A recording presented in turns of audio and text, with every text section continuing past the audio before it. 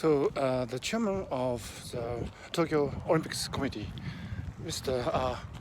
Yoshiro Mori, has been recently criticized for saying in a public meeting that women talk too much and there should be less of them in the committee, or their utterances should be limited in time. And that was a really incredibly, um, you know, judgmental and prejudiced view on women. And naturally, there were outcries on the social media. Mr.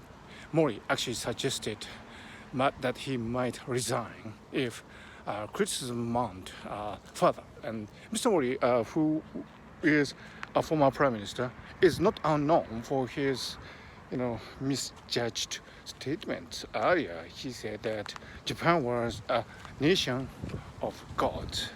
And this was taken as something that was infringing on the separation of church and state. In this case, in Japan's case, the Shinto shrine. And the Shinto religion has been tied to some, aggressions towards other nations in the past. So, politically speaking, this was really problematic. And so, Mr. Mori apologized at the time, and eventually he resigned as prime minister.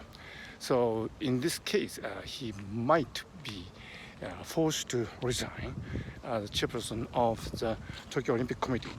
As the boss of Tokyo Olympics, it was really,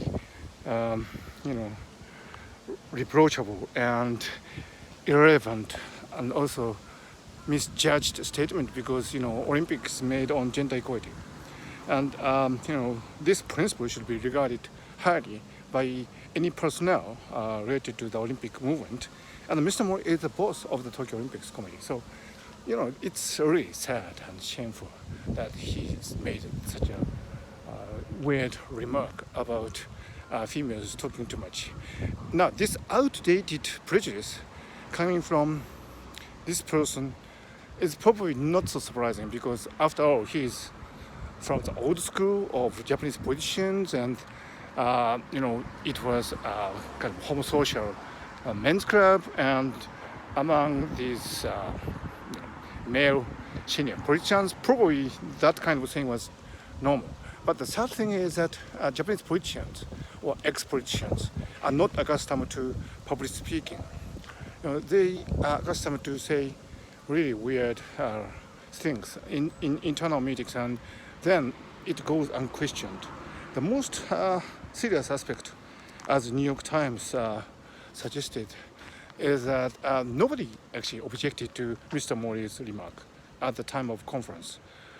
It is evidently against the principle that we regard highly in today's society, not necessarily related to Tokyo Olympics only, and the fact that nobody around him, had the courage or the, sensibility to object to his really weird remark about female talking too much, was a really sad fact about Japan's society today.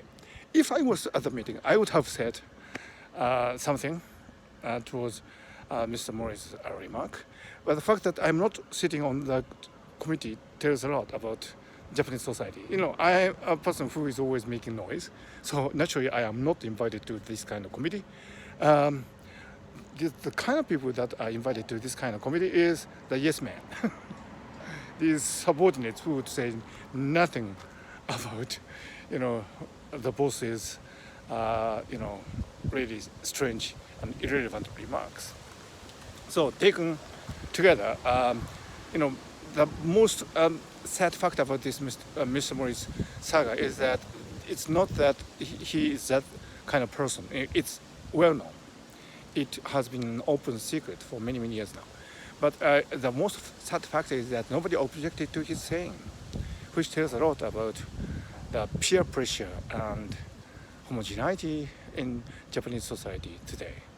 And, we could do better. And I am pretty sure that we could do better in preparing for the Olympics, which I still hope would happen for the sake of the athletes, even if they are spectators, And Mr. Mori's time probably is coming to an end game, and some people might actually suggest that it has been an end game, overdue end game all the while.